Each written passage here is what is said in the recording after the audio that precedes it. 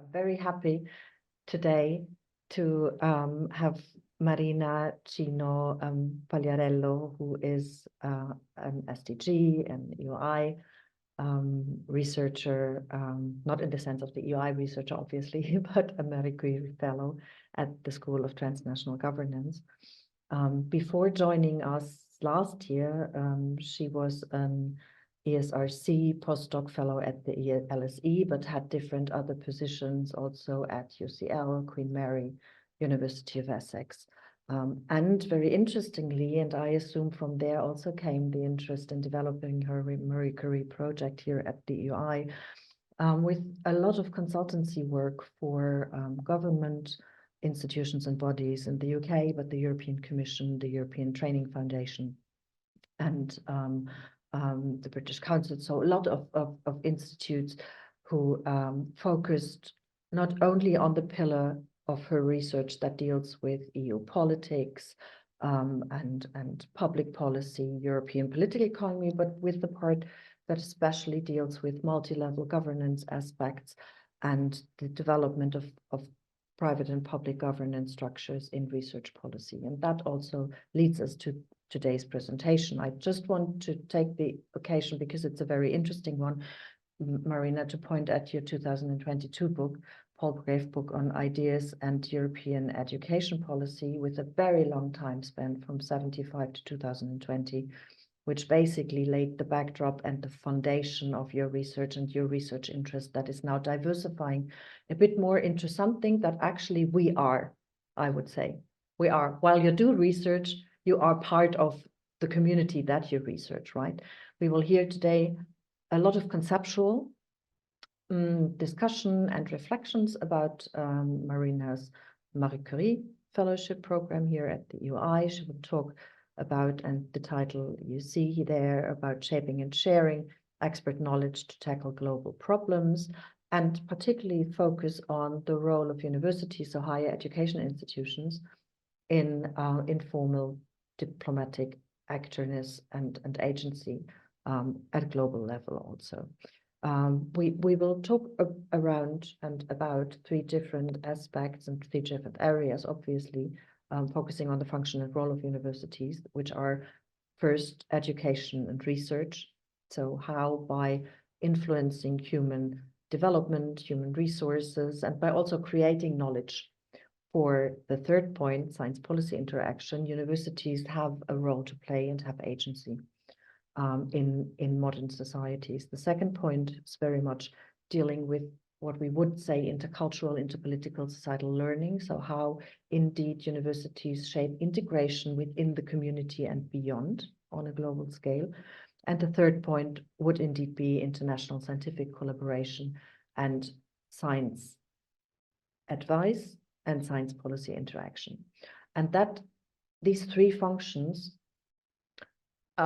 design the backdrop against which Marina will ask about what is exactly this role and function of universities, higher education institutions as diplomatic actors. What type of agency is there, and what role for higher education institutions in science diplomacy? Because these are two schools, international relations, science diplomacy, that inform your conceptual frame, but it seems that indeed higher education institutions are still, it's still open on where to put them, right, in the conceptual frame. So the interesting part, obviously, is your presentation. We have said 45, 50 minutes. You also said that interaction is something that you appreciate. So I assume whenever the audience has a question immediately on the content, they can jump in, but we will then reserve 30 minutes for the discussion. And I'm very happy to hear about your project. Thank you so much, Marina, for joining us and for agreeing to present your work so far. Over to you. Thank you. Thank you. Thank you, Gabi, also because I mean it's this cluster is the natural cluster which I can find myself. But thanks also for this brilliant and very clear introduction about myself, but also about exactly what's going on with all of us universities. It's not this abstract concept. It's all the people that we work every day to improve. something. As Gabby was saying, this is a very preliminary paper, which is, also mainly conceptual, and I really hope, to have your feedback on this part of the paper, this conceptualization, because it's true, it's informal diplomacy, and this is something, very new, which I'm currently trying, to theorize. This is how I'm going to organize my presentation. So we have 3 parts. So the first part is a bit more about, the motivation and what's going on, in universities. Gabby already mentioned, some of these transformations, so why we should care about all of these, and the research question. Then the second part will be more theoretical, exactly drawing upon 2 sorts of literatures. One is science diplomacy, so it's more IR literature, let's say, and one is knowledge diplomacy, I would say it's more education literature. So how combining, both of these, I can have, a preliminary analytical framework. I will discuss a bit the research design, because there is also some, grounded constructivist theory in all of these, exactly because we don't have a specific theorization of informal diplomacy. And then the final part, which is, the one a bit more, empirical with data and fun facts, whatever, we present the big case study of my project, which is the European University Initiative Alliance. I'm sure many of you know what it is, but I will clarify a bit later. And then I will provide a preliminary comparative analysis, which I anticipate is a bit descriptive at the moment because of this conceptualization of Civic that we all know because we are part of Civic, and Circle EU, which is another alliance. And then conclusion, next steps, and the struggles I am encountering and what you think about this. So let me start with the motivation. As I was saying, I'm trying, to explore this intersection of higher education and diplomacy. This is not, something very new, okay? Because as we will see, education, as a soft power has always, been a part of diplomatic action. But I'm trying, to detach a bit from these dimensions, trying to understand how universities are more than tools in the hands of governments and diplomatic actions. They act as autonomous agents, so diplomatic agents on their own. And exactly as Gabby was saying, this is part of a bigger project that just started in autumn 2023 at the School of Transnational Governance, which exactly looks at the UI alliances as diplomatic actors. Before it is misleading, UI, in this case, is the European University Initiative. Okay, there is always overlap with our UI.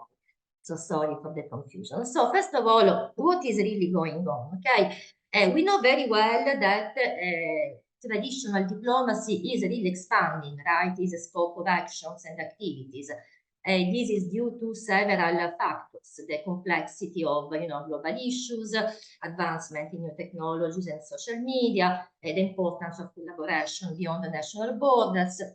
So all this basically has created an increasing integration of scientific insight into policy making. What is also challenging, as Gabby was saying, is the scope and activity of higher education institutions.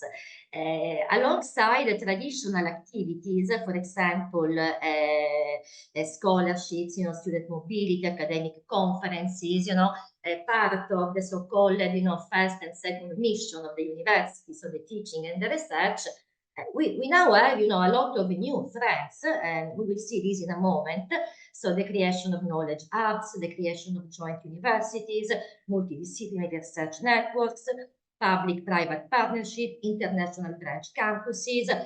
And as I was saying, governments have often used education, as conceptualized by now, as a soft power. Some examples, the China Belt and Road Initiative, the Fulbright program, the British Council, the German Academic Exchange Service. However, there is, in parallel to this traditional use of education, an increasing role of academics. Some people call them the new diplomats, and this international scientific collaboration based on knowledge exchange to address global challenges, right, and provide advice. I mean, we all have seen, you know, how the pandemic has started all this, you know, trend of this legitimacy maybe of, you know, scientists to take part to policy making. What are we talking about in practice? Here, basically, I have some very few, you know, easy empirical examples, all taken from this very nice website, which I love, which is University World News, which I think is always a very good source of information.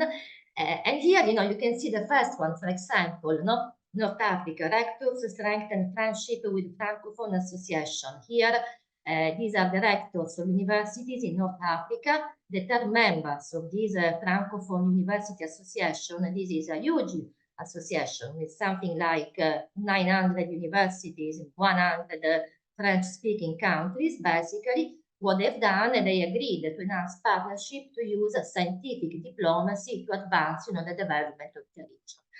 Another one is, you know, the first Greek university that opens a campus in Egypt, so as a reflection of the efforts of the Greek government to internationalize and establish, you know, new hubs of knowledge.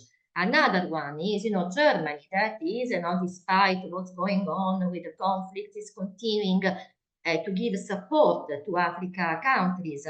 And to be honest, I mean, this is something that the UK is doing as well. I mean, very recently, I was reading that it was a call for tender of UK HEI, so the UK, you know, Research and Innovation Organization, and basically the UK government recently, 3 years ago, invested £30 million in the African University Alliance. So, you know, this really tells you that something is going on in this. And then the last example, which I think is really, really interesting, it's not part of my project, but, you know, someone, you know, something very interesting to study, you know, these rise of the international branch campuses. I mean, now we have something around more than 300 international branch campuses, which are these, you know, satellite universities, and are very much used by governments as political tools. You know, China, that, for example, established the Fudan University in Hungary, or the partnership with Russia, or I don't know, Malaysia, which is hosting a lot of, you know, German branch campuses. And so basically, again, this is just to tell you, you know, something is really going on, and we can see an increasing, you know, role of universities as public diplomacy actors. From these, you know, we have some research questions. You know, some are in black, some are in red, because some of them I'm trying to answer a bit today and others not yet. So this sparked the question, you know, what is the role of universities as informal diplomatic actors? I mean, what is this informal diplomacy? What is the type and the nature of their diplomatic activities? And most importantly, the how question, right? How really, you know, this happens? What are the mechanisms? And this is something, you know, which is still very much in progress for me. Let's now go into the second part, which is, you know, the concept and analytical framework. As I was saying, my starting basis is the literature on science diplomacy, and this, you know, sort of education literature that doesn't like the term science diplomacy and prefers the term knowledge diplomacy. I agree actually with both. So let's see slowly. First of all, can we really understand, you know, can we really have a definition of science diplomacy? Well, as I think, you know, we can guess no. It's very difficult to have, you know, a clear-cut single definition of science diplomacy. It's a very elusive and, you know, polysemantic concept. Intersects science, technology, international relations. It's defined as a scientific cooperation and engagement with the intent of building, you know, positive relationships with government and societies, operates across national boundaries, policy frameworks, involves, you know, a lot of stakeholders. As I was mentioning before, there are now several, you know, books and readings about the new diplomats, you know, in contraposition to the old diplomat. And it also includes a wide diversity of, you know, activities. You have formal diplomatic exchanges, you have informal collaborations, you have outreach programs, you have educational initiatives, So basically, these are the example, you know, the Royal Society. This is, you know, one of the most famous, let's say, conceptualization of science diplomacy. But as you notice, it is still very, you know, elusive and descriptive. Okay, so they talk about science in diplomacy, which is when, you know, we provide scientific advice and support decision making. And then there is diplomacy for science, the use of diplomatic action to facilitate international collaboration. Then there is, you know, science for diplomacy, so the use of science as soft power to advance diplomatic objectives. This is, you know, this was a very important, let's say, conceptualization that helped a lot to understand and locate, you know, the issues and topics in a specific category, but it is still, you know, very fuzzy, let's say, no? And then what we can conclude is that maybe science diplomacy can be better conceptualized as an empirical term, right? Here we have Flink and Ruffin and Gluckman that talk about science diplomacy as a discourse, as an activity, and as a strategic function. And let's see what they say about discourse, activity, and function. So science diplomacy as discourse basically is the focus on the narrative, on the meaning. Here, the science diplomacy is considered a sort of solution to socially produced and articulated problems. Usually, if we want to capture science diplomacy as a discourse, one of the key and more frequent component is the grand challenge discourse, right? There is always a grand challenge, a complex problem that we have to solve all together. And here is nice because Flink and Ruffin, they give a very nice typology of how we can, you know, recognize this grand challenge discourse. It is characterized by interconnectedness, so we need an holistic approach to, I don't know, a pandemic or poverty. There is an urgency in this because, you know, we want to prevent the escalation and mitigate the adverse effect. There is innovation, which requires partnership. There is a collaboration, which of course is a lot of actors and stakeholders, and then sustainability in the long term. They also talk about science diplomacy as an activity, right? So joint research projects, technology agreements, workshop, can be fellowship, exchanges, training initiative, but also in an activity more structured on common topics. Imagine all the agreements on, you know, space exploration, cooperation, border control, artificial intelligence, data sharing, you know, whatever, public health, response coordination, and so on.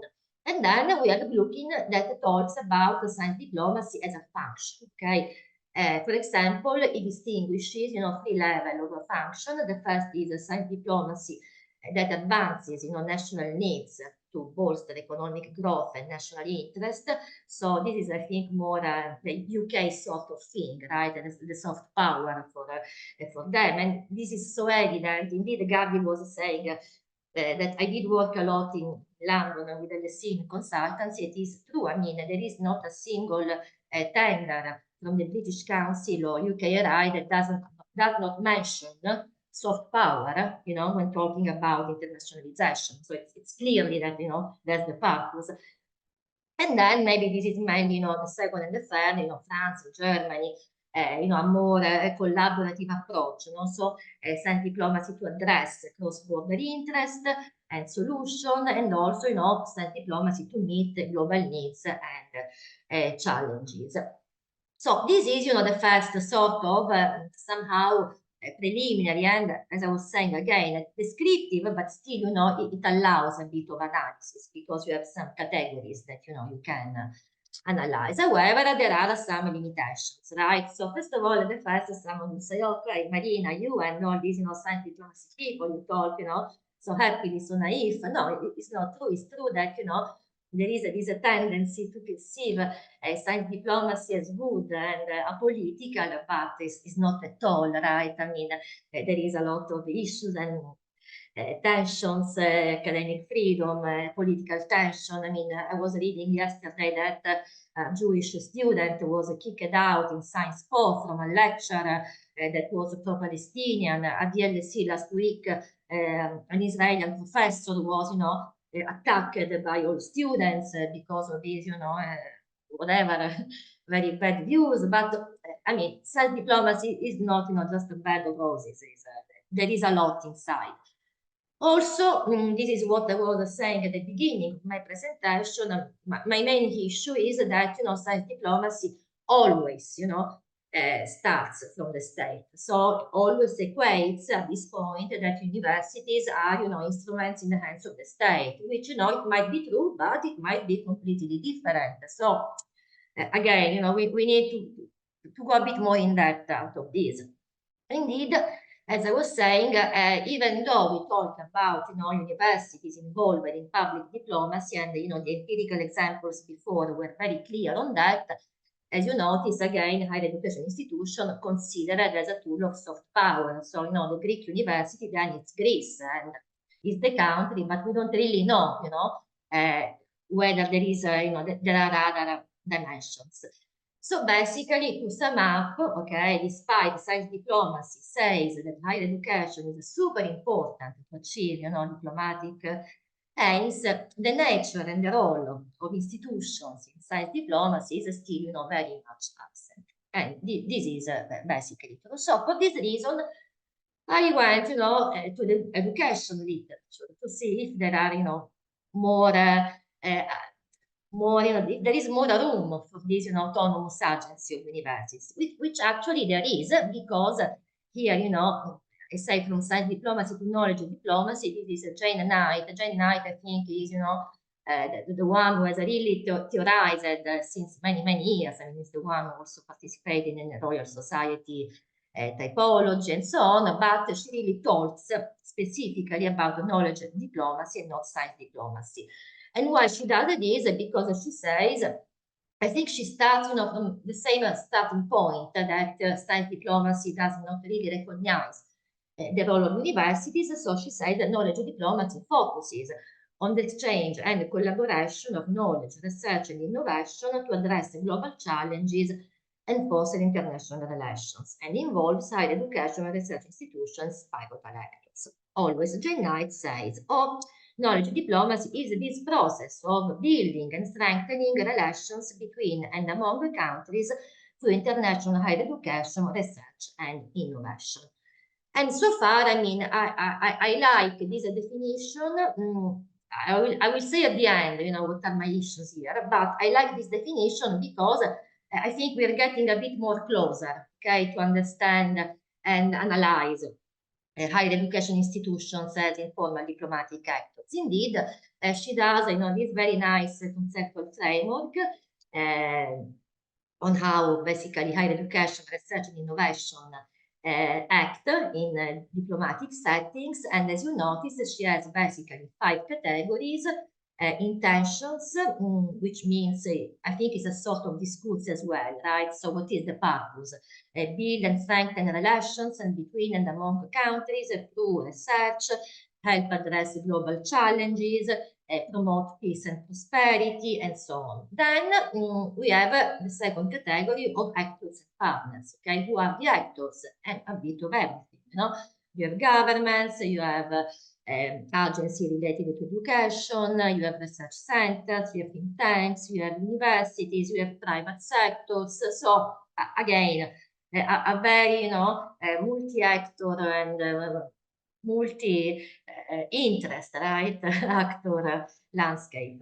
Then she talks about the principles and values, in a knowledge diplomacy approach. So the principle of reciprocity, mutuality, cooperation, common ground, partnership, common good, interdisciplinary, multi-sector, transparency. I mean, these are all for us, right, keywords that we hear all the time, when we talk about our research, even when we do grant applications.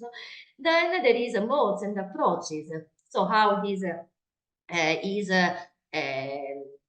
deployed, through negotiation, through communication, representation, conflict resolution, compromise, collaboration, exchange, mediation. I'm not going to read all. And then finally, the activities and instruments, which are more or less the same that we've seen before. Basically, I like this conceptual framework because seems, pretty easy to operationalize, and it gives you, I think, useful, lenses and categories to do a proper empirical analysis, following these aspects. To this, analytical framework, then I have my constructivist grounded theory. This constructivist grounded theory, what it is, basically, I still don't know because I have to go through the empirical data, but I think it's a nice complement, basically, to the Jane Wright, because then it will allow me to go, you see, in detail. It's also a methodology which is very much often used in higher education, international higher education. Why? Because it's very flexible, especially now when you don't have a specific theory, because it's a process that is very iterative, because it allows you researcher and you speaker, policymaker, researcher, to give your own meaning to things, so your own conceptualization of what is informal diplomacy, and it allows exactly to construct theories. And then this is referred to the whole Marie Curie project. What I'm going to do with it will start basically beginning of April. I will launch a survey of these European University Initiative Alliances. And then there are 4 qualitative in-depth case studies of 4 alliances: Civic, Circle EU, ELSA, and Un'Europa. And Civic and Circle EU are in red because today I'm presenting just little bits of, what are we talking about. I'm good with time, yes? Very good. And of course, that research is in red because this is, the methodology for what you're seeing now, okay? There is still not more substantial than desk research. Okay, so let's move into this more, final and empirical part. I will first, present a bit what is this European University Initiative, which for me is so fascinating, under many points of view, and you will see why. And then I will conclude with a preliminary analysis of, Civic and Circle EU. Okay, what are we talking about, first of all? So in 2017, Emmanuel Macron made this, speech saying, oh, it would be so nice to have, an alliance of European universities. I'm not going into the detail of European higher education policies. Gabi mentioned at the beginning, I wrote a publication that was based on my PhD of the evolution of education from the 70s until 2020. So, this is a very old idea in the European Commission to create a European university. I mean, the UI, our UI is, I think, that one little victory of all this, huge path. So it is, pretty astonishing that, Macron spoke, and then, in 2018, they did a feasibility study, but it was published the first call for proposal for these European universities. The support was reiterated. The European strategy for universities was launched, and basically in this moment we have 50 alliances. Okay, what are these initiatives? So first of all is an initiative that wants to build this ambition of building the European education area. As you all know, education is not a common policy, but I am one of those that, somehow sees education a bit Europeanized. We can talk a bit later about this. So these are basically alliances across European universities that, they come all together. They promote European, sorry, my mouse. Yes, they promote, I'm trying to close here. Okay, they promote basically European values, identities. They are basically they are characterized by 3 specific components. So they have a long-term vision, they have a common strategy, and they are united by an overarching theme. Okay. And as you notice, there have been basically 4 calls, 2019, 2020, 22, 23, and at the moment, we have basically 50 alliances all over the EU. 50 alliances, which includes something like more than 400 and 400, maybe 450 now, universities. There is 1 call remaining. Next year, we will arrive to 60 alliances. So something is really going on. And what's going on? I mean, this is like something, a screenshot I took from forum held in Barcelona, okay, and here you can see very high stakeholders and European policymakers talking about these alliances. No, they say European universities are much more than a project; they are a long-term transformation process. Sophie Eriksson, director for youth education and Erasmus Plus, the Commission, European universities are becoming real role models for the higher education sector in Europe. And then here a bit more on diplomatic sort of admission, European universities are the lighthouse that projects Europe's values to the world. And if you look at this graph, I mean, you can see how really Europe is, no? These are all the European alliances. So how there are basically alliances everywhere. And it seems that, this is going to be established even further because now in April, actually, we are waiting. I don't know if you know this, the so-called, the Commission called it the higher education package. So, they like these, labels. I don't really know what will be the specific content because they will present it very soon, but surely this higher education package has, another, bigger role for higher education in Europe, and alliances will be surely part of this. So basically, what I was trying, what I'm trying to convey is that I think it's a good case to understand informal higher education diplomacy. Why? Because they are transnational partnerships, because we have a diversity of actors, because we have this, inter-university campus in which we can move similars, because, they alliances, they shape and share knowledge. We will see this in a moment with Civic and Circle EU, and they have different missions. So it seems that, they really somehow correspond, to the conceptualization that we have seen so far. So Jane Knight will say, yes, they are a good case. So let's see. And these are not just some examples of how these alliances basically are really committed, to tackle global challenges. Let me start now with Civic. I mean, we all know our Civic. We know that the mission is to foster collaboration and excellence in the three missions, okay, so the teaching, the research, and the outreach. We know that there is, this mission to promote collaboration in higher education.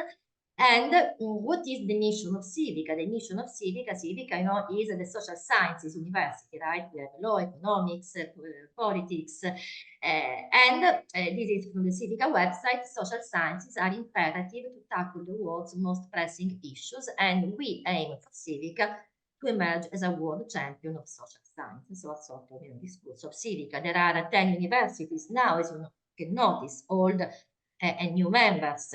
Of course, I mean, LSE, Sciences Po, Bocconi, UI can be considered somehow, the leaders because they are also, among the oldest partners of the alliances. Very recently, we have Poland with the Vassar School of Economics that joined the alliance.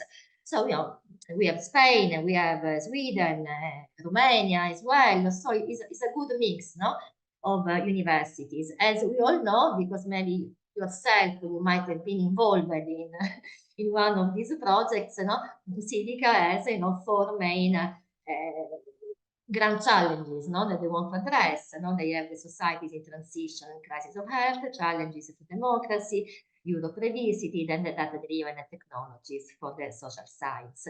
And here, this is just an extract of, all the activities that Civica does as informal diplomatic actors. I'm not going to read one by one, because just to give you an idea of, okay, can we really say it's a diplomatic actor? Maybe we can. Now, let's go to Circle EU. Circle EU has, again, the same mission of Civica, so commitment to excellence in research teaching, although Circle EU is a bit more, focused on innovation. The key focus of Circle EU is less on social science, but is more on different disciplines, so addressing the global challenges like sustainability, health, technology, focuses on interdisciplinarity, And very interesting, basically now Circle EU has been formally established as a non-profit association. So it has an autonomous status. And this is also, I think, super interesting, right? To make the point that are we really sure that, you know, these alliances or universities are just, you know, these legs of states? Because, you know, they're pretty autonomous, right? Circle EU is so different. Why? Because they have 9 universities like Oslo, Belgrade, Paris, I think CITES, Humboldt, Rus University. And in comparison to Civica, Circle EU has a different discipline. So you have technology, natural science, social science, and so on. And this is, you know, another, you know, snapshot, screenshot of, you know, what is the ecosystem. This is a very nice word of Circle EU, so the open campus, the knowledge hubs, language hub. There is a microphone open. Thank you. Teaching innovation lab and so on. So let me go towards, you know, a bit the conclusion of this comparative analysis very briefly, and we can, you know, discuss later, which is much more interesting, you know, for me as well to read your feedback. Okay, what we can say in terms of discourse, you know, there is interdisciplinarity in both, right? For Civica, it is more interdisciplinarity that comes from social science, whereas for Circle EU, it comes from, you know, different disciplines. There are, you know, in both of them, you know, there is internationalization. As you can notice, you know, there is not so much difference between the two in some aspects. Innovation, again, Civica emphasizes innovation and entrepreneurship and drivers of economic growth. Indeed, now, for example, you know, with the Madrid New Institute for, you know, entrepreneurship, you know, with Civica, there is a lot going on this. Circle EU recognizes as well the importance of innovation, addressing societal challenges and so on. And then the grand challenge, as you notice, you know, both of them have a grand challenge discourse. The grand challenge discourse of Circle EU is maybe a bit more interdisciplinary, precisely because the universities that are part of Circle EU are not, you know, these, they don't have the same homogeneity that, you know, a social science university has, which then they don't have in any case. But let's see. Then this is, again, is an example from, you know, the Jane and Knight framework, where I tried, okay, this is very preliminary because a lot of the things that we have seen in the Jane and Knight conceptual framework, especially, you know, the modes, the principles, I mean, this really requires, you know, a lot of in-depth interviews. It cannot be done with, you know, documentary analysis or any software. We have to talk to people. But for example, you know, intentions, you know, Civica wants to foster collaboration in social science, addressing societal challenges, and Civica, in comparison to Circle EU, is more for the European values, for example. Circle EU is more for the European integration, but probably because, you know, there is a very much Belgian element in Circle EU, so, you know, that's why they are more for integration. Again, the actors, you know, in Civica, leading social science universities, faculty, researchers, policymakers, Circle EU more or less is the same. The principle in Civica, academic freedom, integrity, diversity, inclusivity, Circle EU excellence, transparency, but I mean, they overlap for sure. Then the modes, you know, Civica, we have our projects, we have the mobility programs, the workshop, we have the ambassadors, you know, Circle EU has the forums, and then the activities, I mean, more or less, they overlap. So basically, what we can say from this analysis, as I was saying, that, you know, okay, Civica is more on interdisciplinary research and European values, Circle EU is research excellence and integration, both involve leading universities, whereas, you know, Civica is more on the fostering of future leaders and nurturing European identity. Civica emphasizes the principle that was saying this before. I mean, I'm not going to repeat all of these, but I think what's really interesting is that, you know, in terms of discourse and in terms of, you know, typology, it seems that, you know, they do really act as a diplomatic actors. Okay, that was, you know, the key message I wanted to convey with modesty and humility, that this is very, you know, somehow descriptive and preliminary. So, okay, let's try now to conclude with this identification of informal higher education diplomacy. I still have not identified and defined.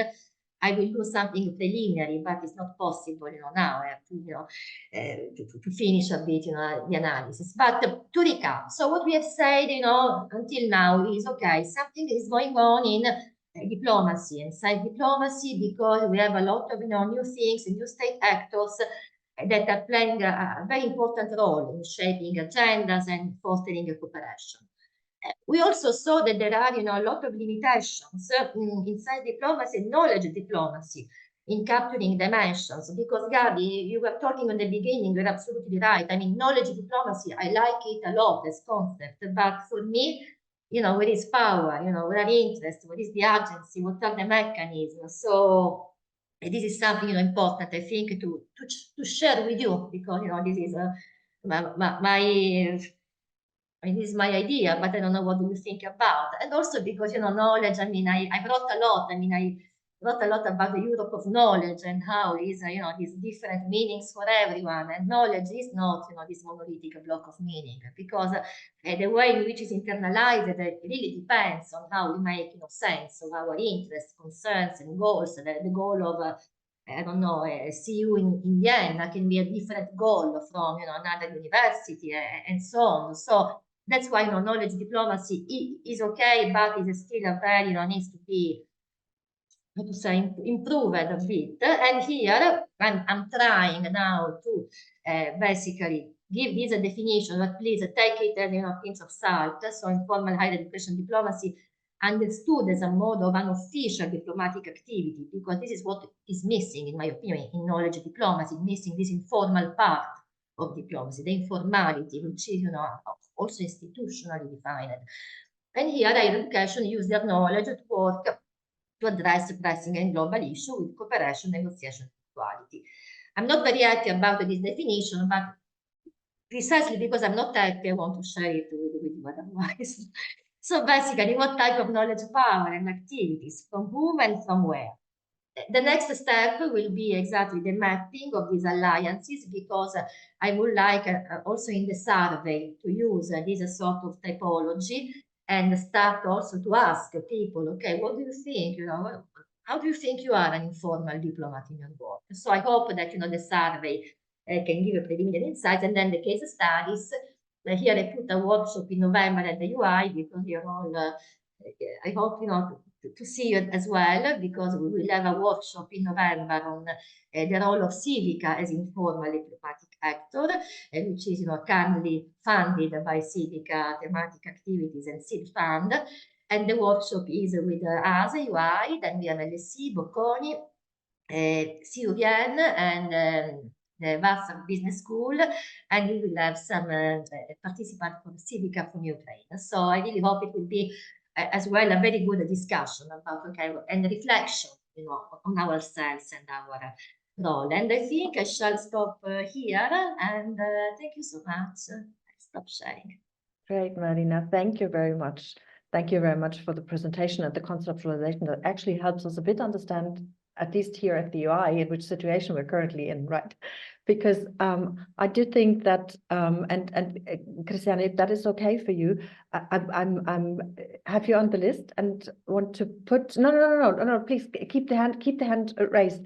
I just want to, I think, show some 3 lines that are worth discussing now, and that potentially are also very interesting for you, Marina, to look into, because the last slide where you said the interplay of knowledge, power, and diplomatic activities, I do think there is some circularity in there, because it's also about knowledge activities and diplomatic powers, right? And this is the interesting part, because what your area of research engages in is a certain tension between the individual and the collective. Because what science diplomacy basically has to balance is 3 points, I guess. Activities, outcomes, question of actorness and inclusiveness, open science, and national anchoring.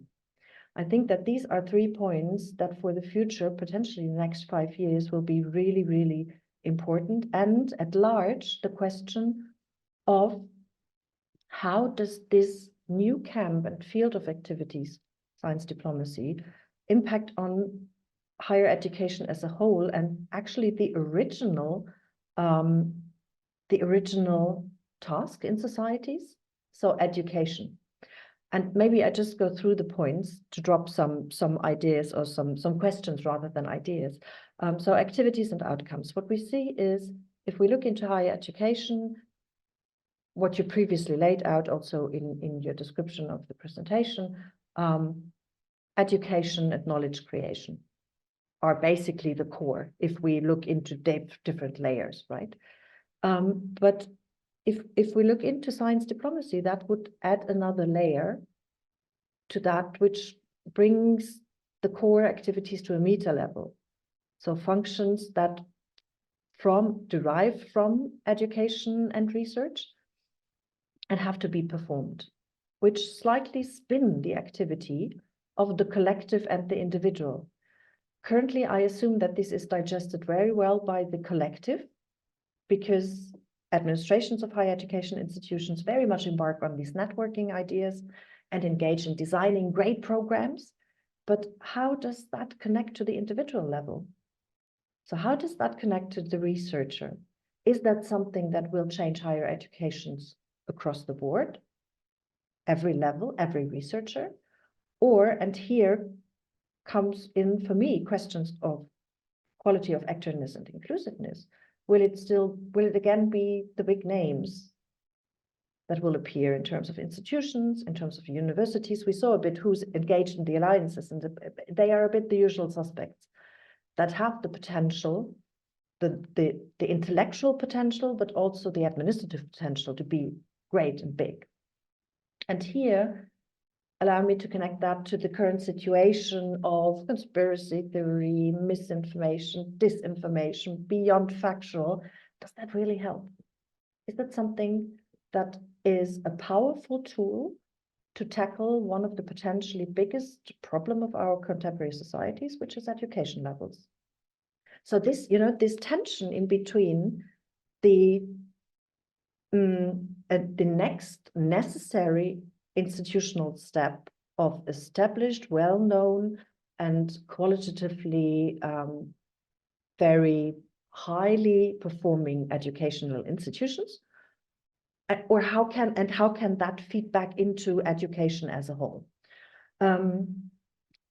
The quality, the activities and outcomes come back to the individual researcher. The activities are very much currently at the starting point into networking, establishing institutional networks. But what will the outcome be? Will the outcome be better research? Will it reiterate potentially the networks of excellence that we saw in EU funding in the beginning of the 2000s, that should have promoted bigger integration of 2004 and 2007 member states in the integration in the higher education community? Will we see that again with high activities for some 5 years while it's funded, and then potentially a bit less activities requiring 20 years later new activities to be supported? So what is the sustainability if we think of that in a temporal dimension? What is the sustainability of these activities potentially? Open science national anchoring. I do see a huge issue, and there I also refer to the European University Initiative Alliance, so the overarching. So open access and open science is something that the European Commission very much promotes. But what that does is transnationalize research itself to the maximum. So a data set produced in Italy can be used by a user in Kenya for new research. Ownership is divided. But that also means that the potential soft power of higher education institutions detaches from national containers. Because knowledge once created can be used everywhere around the world.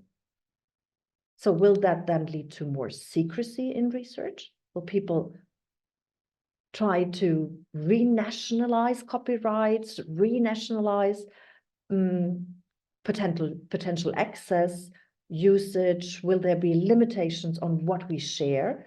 Because nation states have an interest to not open up science completely, as they have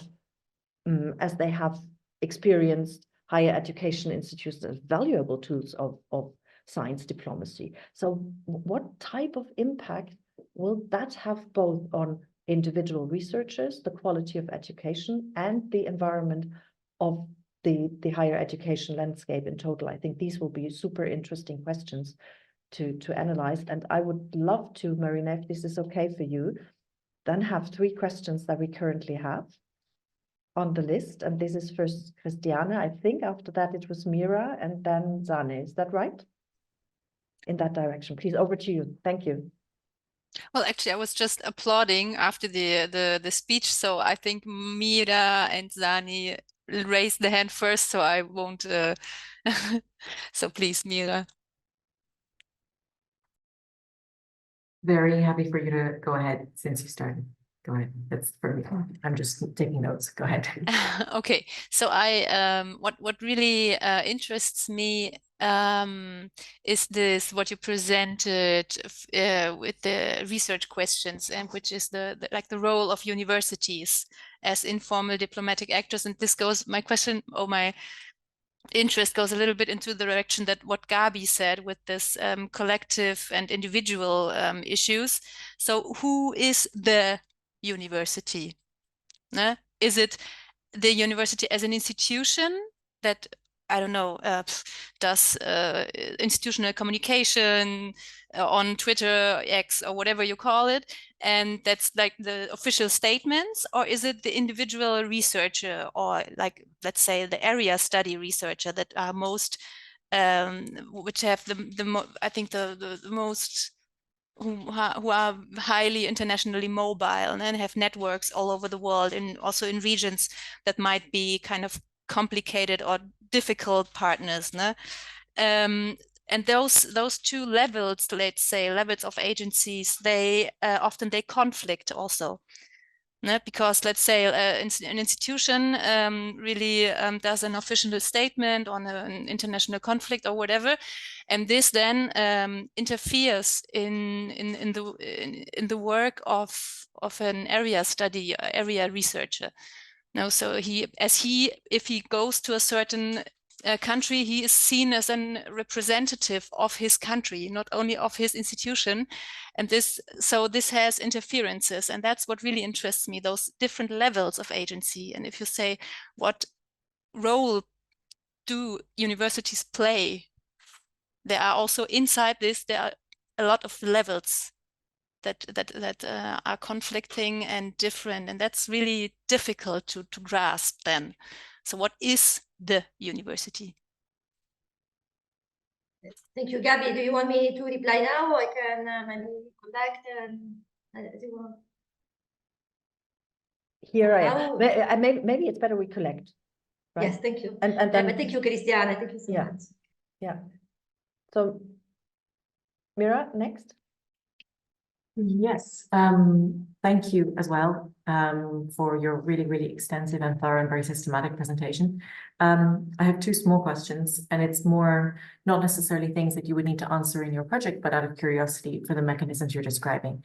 One is, it sounds like that form of diplomacy and collaboration that you are discussing is an intra-EU form of diplomacy. So when we're thinking about diplomacy towards whom and collaboration with whom, it sounds like these alliances are forming, like Civica and sort of you within this region. I wonder how those alliances behave, if at all, when they are tasked with being diplomatic representatives to extra EU actors.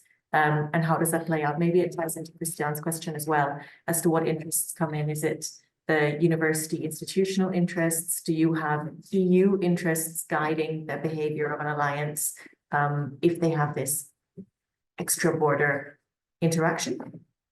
And the second question is also on terms of forms of interaction, but instead of it being with extra EU states, it's about the public. This is maybe a conceptual question. You spoke at some point of, if I remember correctly, science and knowledge diplomacy as a form of public diplomacy. And in that case, where you have, and if that is correct, then, like if I've understood correctly, then you have interactions with a public and becoming a bit more bidirectional as well. And so I wondered if that's come out in your research, what you see as these alliances' interactions with their publics within the alliance, in the EU, and also what more broadly. Thank you, Mira. Zane, over to you. Thank you for your presentation. I would have 3 questions. First question is, are you concerned about the potential overstretch of the term diplomacy, even to perhaps some vulgarization? I'm just wondering, and this goes back to the external dimension that was already mentioned by previous remarks. So where to draw a proper line between what is a proper EU external action and EU diplomacy, and what is these affiliated activities that potentially support the EU external action goals and diplomatic aspirations. My second question would be, have you thought about drawing a more defined line between what is a certain higher education offer and what is science? I'm asking this because the level of complexity of science involved and that a student needs to accomplish in, let's say, academic bachelor program is of a very different kind of level than requested on a PhD level. And also I'm slightly inspired by also some other adjacent terminology used in diplomacy studies, for example, educational diplomacy and innovation diplomacy. So, and my own thinking, and science diplomacy is my area of academic interest. So my own thinking goes along the lines that it's slightly more fruitful to talk about science diplomacy when it's understood really as cutting edge and advanced research, not just a student's capacity within the first cycle of higher education to prove his or her capacity to reason in systematic and academic manner. And my third question is, have you thought about drawing line between what is sometimes referred to as projectification and external funding attraction? And how does that relate or is not exactly relatable to diplomacy? So higher education institutions and universities, not just simply working for pure benevolent goals that go along the line of diplomacy, but being willing to prove their international competitiveness through attracting as much international funding as possible. Thank you. Great, Sana. These are great areas that I'm very sure tickle Mariana's multi-level nerves a lot in thinking. Vera, I have you on the list next. Good to see you.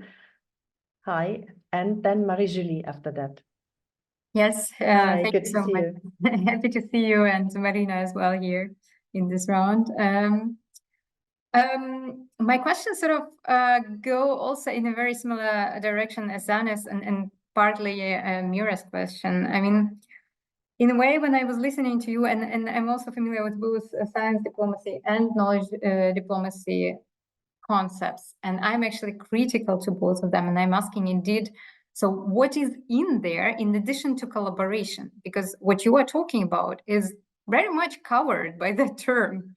Even if you look into the external, so outside of EU activities of both universities, European universities and European university alliances, in terms of student exchange, in terms of collaborative research project and so on. So why do we need the diplomacy term there at all? Is it helpful? And if yes, then in what capacity is it helpful? So what does it add to collaboration, cooperation, and so on?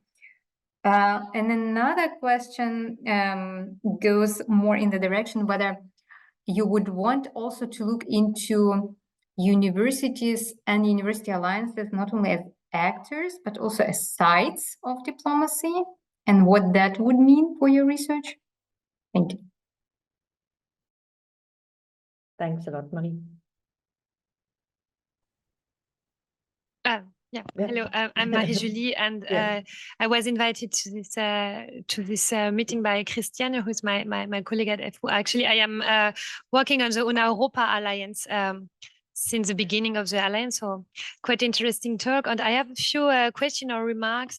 Well, the first is more or less about the why did you choose Civica and Circle U? How did you choose the alliance? Because they are different of age. I mean, Una Europa, for example, is from the first round, and Circle U and Civica are two of the second round. So only like because there might be other things going on.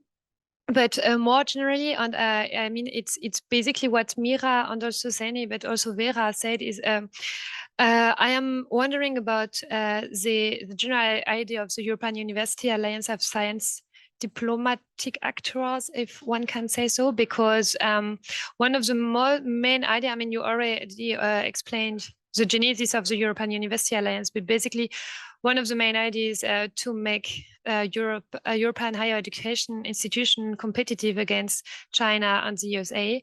And this is, of course, funded by the European Union. So the financial sustainability of the European University Alliance is not sure, even if there are some work going on investment pathways and everything.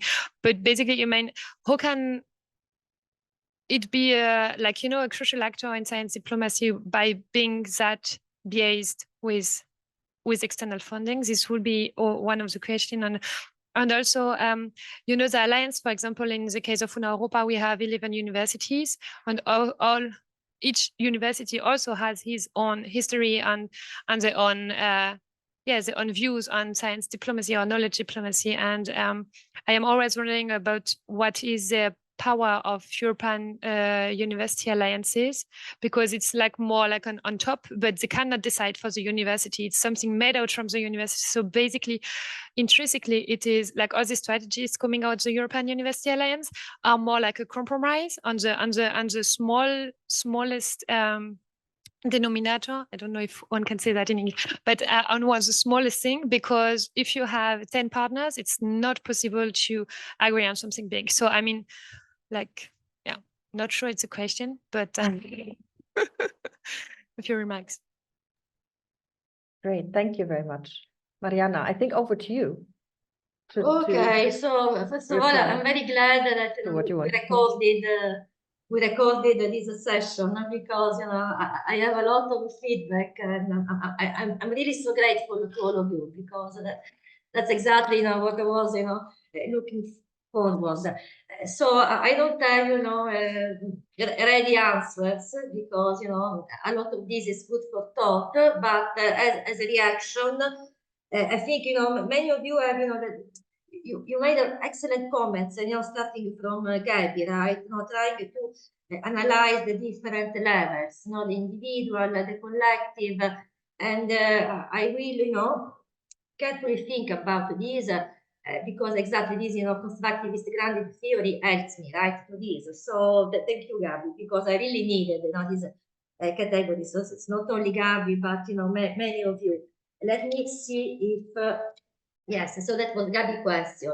Christiane, thank you so much, and you're absolutely right, because when I talk about what is the role of universities and informal diplomatic actor, implicitly I am I'm mistakenly conveying that they are a monolithic block of meaning, which they are not, right? Exactly. You have the level, the individual, the collective, you have the university, you have the alliance, you have the researcher. So again, more food for thought for me, but you are right that I should define next time these universities, unpack a bit, because I am someone obsessed with unpacking. So it's really my theoretical thing, the definition, the concept. So thank you so much. And you are right, because exactly these different levels of agencies, can bring different conflicts. Mira, the same, to you, thank you so much, because yes, I like, the behavioral part, no, of your question, you know, how they behave, how they interact. And these, you know, to be honest, I don't know yet how they interact, because this is something, as I said, I can never guess exactly, as many of you said, you know, you can watch a conference, the video, but I think only the proper in-depth interviews, you know, will help me to understand these, you know, these tensions, because surely there are. And also, so that was Mira. I hope I haven't forgotten anything of this. Then we have Zane, right? I am overstretching the term diplomacy, the external diplomacy. You're right, because I will clarify as well, you know, what is this external dimension. I think it's, yeah, it's an important thing. This was your first question, right? That, you know, I'm risking to overstretch. And yes, which is, I think, the same question that Marie-Julie posed. No, I don't know if it was Marie-Julie, maybe Vera. Yes, the same question. You know, I'm looking at universities as sites of diplomacy or as, you know, autonomous diplomatic loci. If I look at them as sites of diplomacy, then I'll make them implicitly part as, you know, tools of diplomacy. Whereas, you know, my interest is, you know, to show their autonomous role, whatever this means at the moment. I understand completely. And you're right, there is an issue also of funding, right? No? We survive these alliances. I mean, some of them are without funding. LSE is without funding, but it's LSE, right? So Civica will surely survive. Athena, maybe, you know, is another alliance, which in this moment is not doing so well. So, you know, maybe Athena will, you know, bye-bye and thank you. But you're right that, you know, funding is an important dimension to consider, because it's very linked, you know, to the life of these alliances. And I don't remember who of you said also, you know, the European University Initiative Alliance, as, you know, in the EU public diplomacy. You are right, it's true, because, you know, it is a part of the Horizon Europe idea of public diplomacy, or the Jean Monnet program. I was doing an application last month, not for me, for someone else, on the Jean Monnet application, okay, which I never did in my life. So I was reading all the thing, and Jean Monnet is, you know, EU public diplomacy, Erasmus Plus, EU public diplomacy. So it's interesting, you're right, and I will carefully think about this, you know, considering the alliances as a separate, you know, entity or an instrument of EU public diplomacy. And this is also another level which I need to reflect. I don't know if I took a lot of notes. Vera, yes, you say, you know, what is new, what is there, you know, what really, and this is something I thought about this when you were mentioning. Yeah, I like the term diplomacy. And I think, you know, what is in there apart collaboration, it's power. And I think that, you know, this power dimension is still not in my slides, in my project, but I see a lot of collaboration, but I also see power in the, you know, the diplomacy. So this is another element. Sorry for these, you know, random answers, but yeah, I had a lot of questions and very different for some reason. So and then, yes, Marie-Julie, okay, yeah, that was I completely agree with you. You also asked why the criteria. The criteria, yes, exactly as you're guessing, you know, Civica, okay, it's for convenience, I don't want to lie, because I am the UI, I have links with LSE, so, you know, Civica. I like ELSA a lot, because it's very much super technological, so I like, you know, the different things that ELSA can bring. Circle EU I really like, because it has, as I said, you know, this autonomous status. So I think it will help me as well to understand how they live in their own life. And Europa as well, because, you know, it's another, you know, alliance that is not so old, is not so new, and it has also, you know, some UK universities. And yeah, and they are also a European association. Thank you. And I didn't know that, because in this moment, you know, I'm only on the civic and circle, but I'll take care of that. Maybe I'll send you an email. But actually, I have someone from Europa who is helping with some of this. An assistant. Yeah. Okay. Thank you so much. So, Gabby, I know I answered very in a brainstorming way, but because I am a brainstorming. Yeah, if there are any reactions from the floor, would you add something to the answers? Because what I do think, and that's why I think also recording it is good for you, you know, as a heuristic to understand potentially where to amend or where interestingly to look into for your research. I do think that actually, while yes, it's focused on higher education institutions, universities, and education policies, but I do think we're talking, you are, and that's maybe for the broader framing and the definition of relevance of research topic important for you or interesting for you to add. I do think you're talking about a fundamental question of social sustainability of European societies. Because as you know, limited budgets, difficult times, redistributional conflicts, and problems that arise of missing literacy, right? So education as an education for everybody as an important point. And then the question that you are raising is, yeah, we're seeing the Commission, so the European Union has established a tool that they are increasingly thinking about using as a concrete policy tool that intersects, and that it is also a tool of interventionism, right? So intersects different areas, potentially most visible for the foreign policy sector. You had the German exchange service there, but also the Goethe Institutes. I mean, all of these cultural diplomacy questions intersect, but as it is becoming a new policy instrument at European level, it's important to conceptualize, and what you said, the boxing to see where do we need to increase scrutiny and where do we also need to be open to sunset clauses, right? To look into the practice to see if it's really a good approach to fund the big names, or if maybe the equality part should be substituted by the equity question. How can we activate those that are less represented in international higher education cooperation?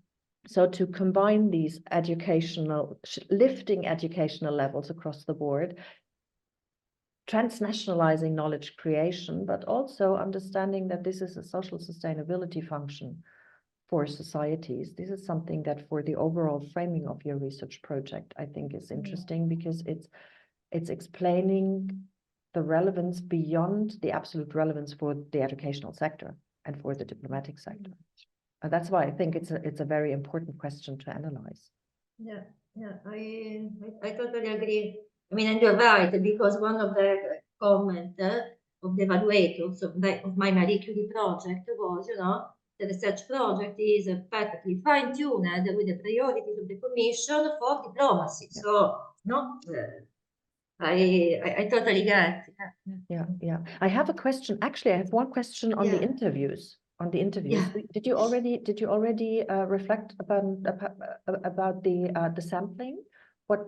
Whom you want to integrate into the group of interviewees? Yeah. Yeah. The sampling would be basically researchers that have been involved in the alliances, professional staff that has been involved, so I don't know, the director or people that work in the global engagement units and global engagement strategies, marketing strategies, dean of research, dean of external relations. So it could be a mixture of faculty people, so people like me that study and do research, even a group of students, because the ambassador, alumni, because alumni are super important, and exactly all the directors of the external research, marketing. So I'm trying, and depending on the alliances, if there is an NGOs in the alliance, I mean, to all the stakeholders that basically are part of the alliance. So it will be like this sort of 4 or 5, different. This would be the sort of community. Yeah. Besides the interview, then I will have the round tables as well with these people. So the interview are basically trying to understand from what the student, how the student feels as an informal diplomatic actor when he goes on an exchange, but also how the dean of external relations fields. So a bit of both, to be honest. And sorry to add this, because then Vera was also asking something which I think it's important, because as you noticed today, I spoke about science diplomacy and knowledge diplomacy, right? I didn't talk about education diplomacy, cultural innovation. I've been actually, going through all of these, but precisely because, I think that higher education diplomacy can be cultural, can be education, can be innovation, can be climate change, can be all of these. So that's why I prefer a term which includes diplomacy in an informal way, rather than using topics somehow that can be cultural education and so on. I don't know if I'm clear in what I'm saying, but I see, all these, cultural diplomacy, education, innovation, informal, heritage diplomacy, part of what higher education activities are. So that's why I prefer informal diplomacy in higher education. But as I said, it's still very work in progress. But I also consider, all these different, diplomacy level, let's say. Levels. I think on that level, at a certain point in your research, relational framing would be, I think, good for any reader of reports to see how you relate the questions of educational diplomacy to cultural, to research diplomacy, for to understand the ecosystem in which you are operating. I do have a remark on the interviews. I do think if it's just the in-group, the results might be prey to positivity bias, and potentially a bit of in-group thinking. It would be worth to try to balance, to de-bias the sampling by either doing, I don't know if you have the data available, by doing the same sample, same questionnaire, the same survey to people who applied but weren't funded, to get their ideas. What we talked about, if this public funding is a category there, right? If the positivity towards diplomacy is just because it's paid. So that would be interesting. And then to researchers that are not at all affected by that, who have not applied, whose universities have not applied, and who maybe don't even know about the instrument. Because if it's just those involved, it's just a subgroup. So then statements like cultural diplomacy is seen as are difficult. So any type of comparison or generalization will be difficult. Okay. Thank you. Zane, please. Sorry, Zane. No, thank you so much. Sorry. Thank you so much. If I may jump in regarding this external dimension, that is an excellent proposal. What I can mention from my own experience, I recently participated in a ELISA affiliated course that was offered to participants outside of the consortium. So that's another way how you might look for external perceptions on the activities of one of the European university alliances. I can put in the chat bar the hyperlink to the course. It was an excellent course. Of course, it doesn't give a full insight into the whole range of activities, for example, performed by ELISA. And ELISA was only one of the cooperation partners co-delivering this course. But perhaps this might be one of your potential sources where to look also for other external perspectives. Participants of certain activities who are not members of the consortium universities. Excellent. Thanks so much, Zane. And I will also send you an email. Great, because this then is exactly a bit of, the mirror for this self-perception, that this part of the interviews with those embedded into the cooperations will give you access to. Because it's a bit, this demand supply thing. If you have then those that are integrated in the courses, you have a bit of the supply side potentially, idea of what exactly is the value that other researchers attribute to that. No, but I actually agree with all of you, and I agree that I have to be very careful with these European alliances. thing. I could have chosen, you know, any other case study, to be honest, because I wanted to study informal diplomas, you know, in higher education. So I could have studied, you know, simple university. I could have done, you know, anything. I wanted to do the alliances because I thought, you know, they are new, they are interesting, but you're right that, you know, they also present a lot of challenges. Yeah, But, I mean, for the research design and the case selection, you could actually think again on whether or not you want to apply a most distant or most common approach, right? If you want to compare cases that structurally, conceptually are different, or if you want to extract patterns from one model. This could be interesting to look into that. Zane, sorry, your hand is open. Or up. Do you not? Okay, sorry, I don't want to cut you short. Yeah, so that could be interesting to reflect again. Okay, the case, is there meaning in the case selection that is also for the analytical perspective a bit sharpening? Yeah. Thank you. Yes. Yeah. When can I have the recording?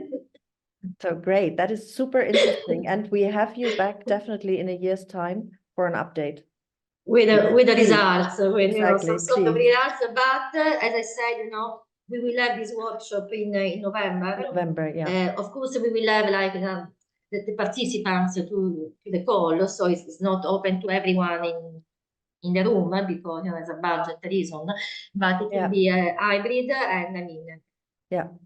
I hope to see, you know, many of you there, because it's an important chance, you know, to think about our and it will bring, just a summary, it will bring the Civica network here to discuss about where do we stand, how happy they are, and it's on 21st and 22nd November, a hybrid event where those of you interested, we can send the registration. I will send, you know, more details soon, because I'm still finalizing even the venue. So Great. Marina, thank you very much. That was super interesting. Thanks a lot. Thank you to all of you. I mean, you've been amazing. Very so thanks for listening, for your insight. Apologies if I didn't reply to all your questions, but there were so many and my head is... No, that was actually about input session. So no answers, just framing. I'm having a look at the other screen, because we move, starting from you today, we move further into the future next time we meet. Next time we meet, that will be on 24th of April, same time, on co-creating futures, increasing strategic foresight, policy capacity to enhance collective intelligence, and participation for effective policy making. And this will be by Gaia Tafoni from the School of Transnational Governance as well, and Dr. Laura Witto, who is at Bristol University and who has done a lot of research for the Welsh government on foresight and how to integrate that at local level. That will also be very interesting. So a lot of future framing and discussion about how we frame future policies or alliances, as Marina did. Excellent. Perfect. Thank you very much for today. Thank you so much, everyone.